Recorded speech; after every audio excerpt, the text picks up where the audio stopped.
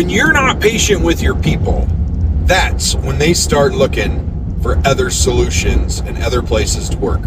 Hey guys, it's Dan Greer with Forge coming at you today for your 5-minute power up. Today we're going to be chatting all about being patient, being understanding, being amazing, and keeping your people motivated at the same time. There's a few things that you need to know.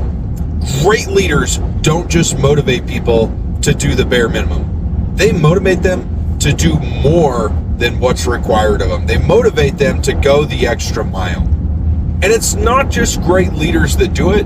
And then what happens is the whole team comes together and makes it amazing, and everybody's excited to be there. They're excited to be part of the team. Have y'all been part of a team that you didn't like? Have y'all been somewhere where you're like, I could leave this. I don't need to be here, right? We all have at some point. And here's the thing.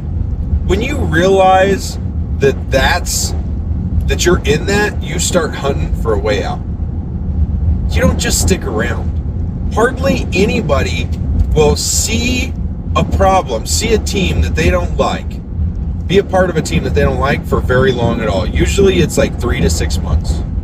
And what happens? Actually, I have a conversation with somebody today. I'm probably going to offer them a position in the company. And they're like, yeah, I turned in my 2 weeks at my last job, and everybody cried. I guess they do like me. And I was like, well, that should make you feel all warm and fuzzy inside. And she said, yeah, it did. I didn't realize that they actually liked me because nobody's very good at communicating their feelings, their emotions. Like, my boss was upset that I was leaving. And then she's got a great reason to leave. She's moving to another state. I digress. But like, she's somebody that I was actually giving a job interview to, and she told me that, and I was like, well, that speaks a lot to you. Like, one, you have the courage to say, I didn't feel like I was doing that much. Two, that what your actual team thought whenever you were leaving now, right? Whenever you don't feel like you're really, part of the team anyways. And the whole reason she started looking for another role was because she didn't feel like she was being pushed. So like, as a leader, it's really hard, and there's a fine line that you've got to realize between pushing people too hard, being too easygoing, and not pushing them hard enough. And that's crazy. Because when you push somebody too hard, they're going to feel like they don't belong on the team. When all you do is bring up somebody's mistakes, they're going to feel like they don't belong on the team. And what we have to do is we have to go in as leaders and help them understand that they do belong on the team. They just need a little coaching. They just need to slow down. They just need to do this one thing differently. And then they'd be perfect. Right? Then they'd be great. Let's not use the word perfect. Nobody's perfect. Except for me. I'm perfect. I'm Dan Greer. Come on now. I'm just kidding. But I think y'all get what I'm saying. I think you get where I'm coming from. You've been part of a team. You didn't feel appreciated. You didn't feel welcomed. You felt like maybe you were carrying the entire burden of the team.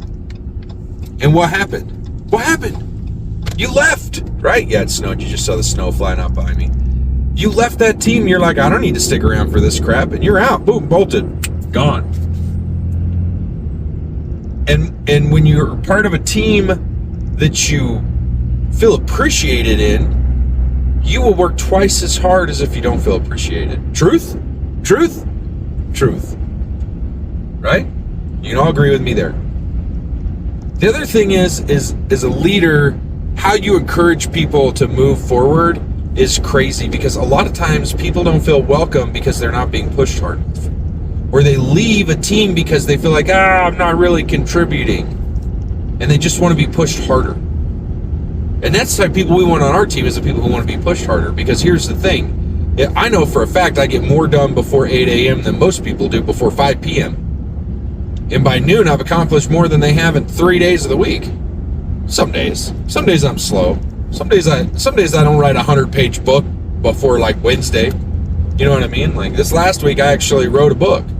And it's like 120 pages, and it's all getting put together right now. I've got one of my VAs put it together because I wrote each chapter individually, and they're going to go in and make it happen. But it's like, that's a lot of time, that's a lot of effort to make that happen. But we get stuff done. But if I push somebody else to do that same thing, they'd be like, "Oh, this is impossible. I can't make it happen." So as a leader, there's a fine line there.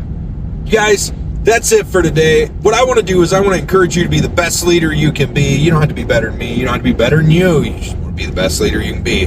I also want to encourage you to pick up a copy of my book, Grit, Grease, and Grace, Leadership Forged in the Trenches. Get out there, get a copy of that. It's you can get it at gritgreasegrace.com. You can also pick it up on Amazon. You can also pick it up on TikTok Shop, but the only way to get the signed copy is gritgreasegrace.com. All right, chat with you guys later. Bye.